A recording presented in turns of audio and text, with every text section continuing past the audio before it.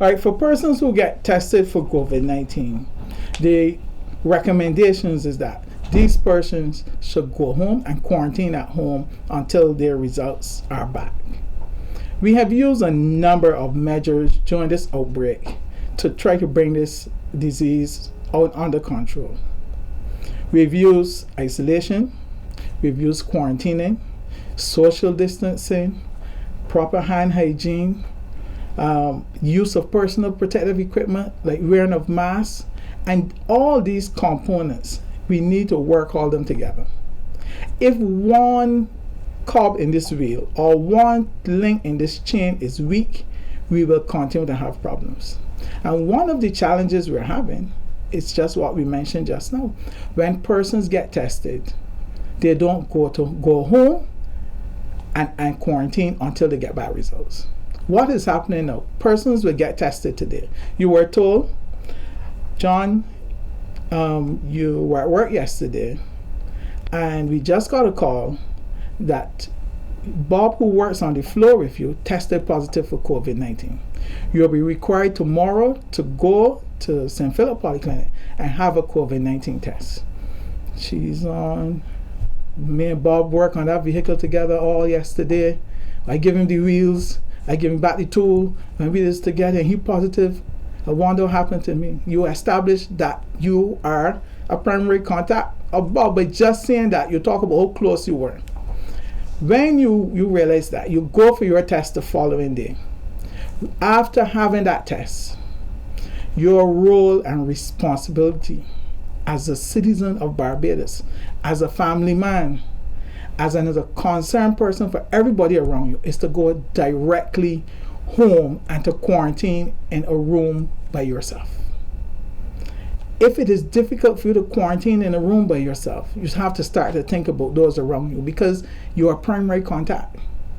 You should go home and you should wear masks, whatever you do. You should try to limit your contact with persons around you.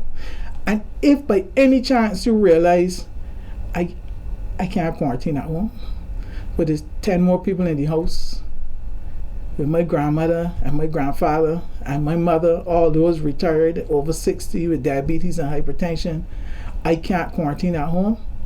You should have said that when you go to the polyclinic and said, Doc, I know I was a primary contact, but my household doesn't lend for me to quarantine at home, and I don't want to put the rest at home at risk. What can I do? There are things that can be done. And we've had a few of these cases, but we need to see persons taking responsibility of their health and persons around them. We have the government quarantine facilities. Not a lot of traffic is coming in now. The air traffic have decreased. So the numbers of persons in government quarantine facilities are down. And we can make arrangements to house you in these facilities until your results are back. If you come and your results are negative, you go back into your population at home. If your results are positive, you are transferred directly from the quarantine facility to the isolation facility. What we are seeing in this current outbreak and at this phase is that we are not breaking the chain of infection after persons are tested. What is happening is that after persons are tested, they're going home, but they're going to stop by the shop. They're going to go in the supermarket. Some people get tested and don't see anything, know they've been exposed, and they go back to work. And they go on the block. And some of these areas, these villages and so on, are so densely populated that when you go on a block and you have 12 men on a block, or you go in a shop, or you go and visit your aunt, your mother. I heard cases of persons saying, well, when they finish this test, I'm going to look for my aunt. I'm going to look for my sister. I'm going to look for my mother. You are now exposing all of those persons to COVID-19. And when we look at the data, we are picking up entire families because of this. Everyone needs to take responsibility for their health and others. You get your tests. You go directly home until your results are back. We know we had a challenge with getting out results in time, but we have worked past that, and we're now on top of the game, and we're getting results in 24 to 48 hours. You can wait. You can wait. You go home, you stay in your room. You don't mix with the others. You keep on your mask. You perform your hand hygiene. You clean your surfaces. You mix a chlorine solution, or you have your Lysol. You do all of those things until you get back your results. And once your results are back and they're negative, or if your results are back and they're positive, you can be removed from that setting without infecting the others. If there's a possibility that other persons in the house can leave and go somewhere else while you're waiting your results, that is another option. But we at the Ministry of Health are encouraging persons to state to the provider or to the polyclinic, wherever you go, that if your living conditions are not good, especially if you know you are primary contact and you had very close contact to that person who have tested positive, you should let them know that my conditions at home are not conducive for me going back. If I go home, I put my entire family at risk. We want to break this chain. We are seeing too much every day. Every day we are picking up entire families, 5 people, 6 people in a household, 7 people in the district, and we want to break this. But everybody must come on board. I spoke a lot about primary contacts, but secondary and tertiary contacts, you must also be very cautious. But in every category you go in, your risk is less. So if you are secondary contact, your risk of becoming infected is lower than that of being a primary contact. And if you become a tertiary contact, your risk of being infected is even lower than that. However, there's still a risk that you can become positive.